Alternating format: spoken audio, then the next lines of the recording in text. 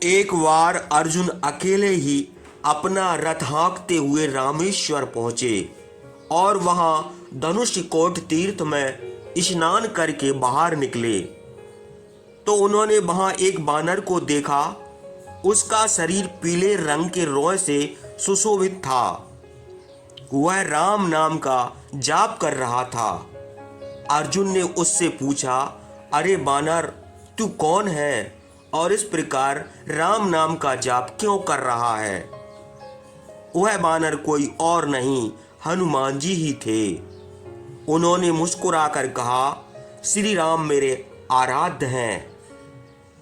इस समुद्र पर 100 योजन सेतु उन्होंने जिन बानरों से शिलाओं द्वारा बनवाया था, उन्हीं में से एक मैं हनुमान हूं।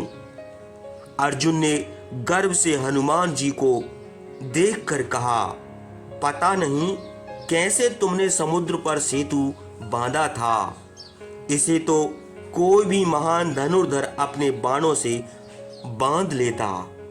उन्होंने व्यर्थ ही बानरों से इतना परिश्रम करवाया। हनुमान जी ने कहा, अर्जुन, बाणों से बना सेतु हम बानरों का भार सहन नहीं कर सकता था, इसलिए प्रभु ने बाणों का सेतु बनाने का विचार त्याग दिया था।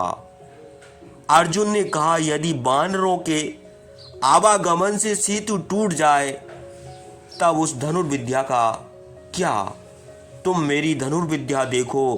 मैं अपने बाणों से 100 योजन लंबा सेतु निर्माण कर देता हूं।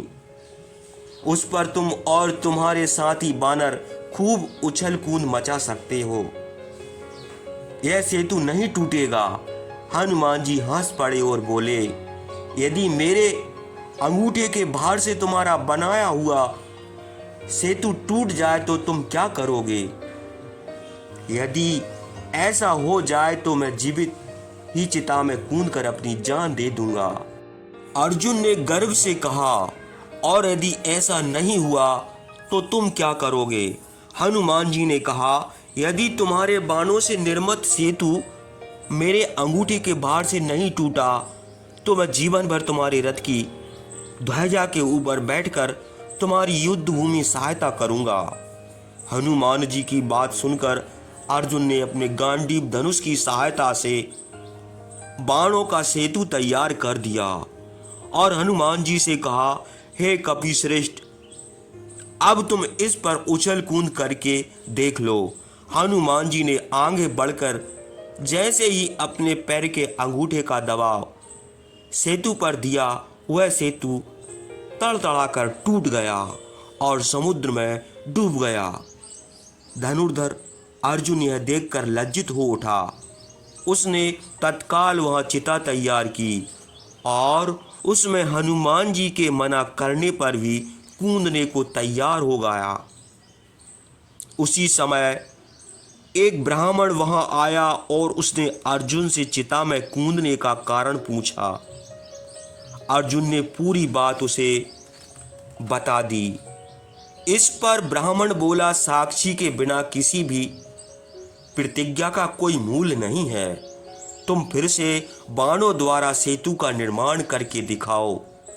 यदि ये कपिश्रेष्ठ अपने अंगूठे के भार से उसे डुबो देंगे तो मैं तभी अपना निर्णय दूंगा। दोनों ने उस ब्राह्मण की बात स्वीकार कर ली। अर्जुन ने अपने बाणों से 100 योजन सेतु का फिर से निर्माण कर दिया। हनुमान जी ने उसे अपने पैर के अंगूठे से दबाया, किंतु सेतु नहीं टूटा। हनुमान जी सेतु के ऊपर चढ़ गए और खूब उछल कूदे, परंतु सेतु टस से मस नहीं हुआ। वे चकित होकर ब्राह्मण की ओर देखने लगे। हनुमान जी बोले, अर्जुन, इन विप्रवर की सहायता से तुम विजय हो गए और मैं पराजित हो गया।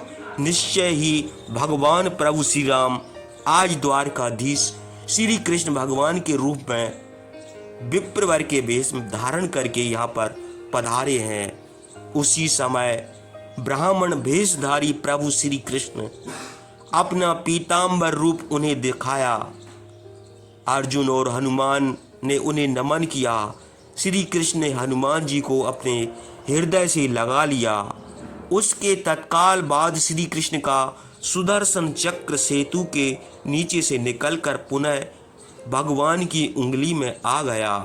सेतु टूटकर पुनः समुद्र में समा गया।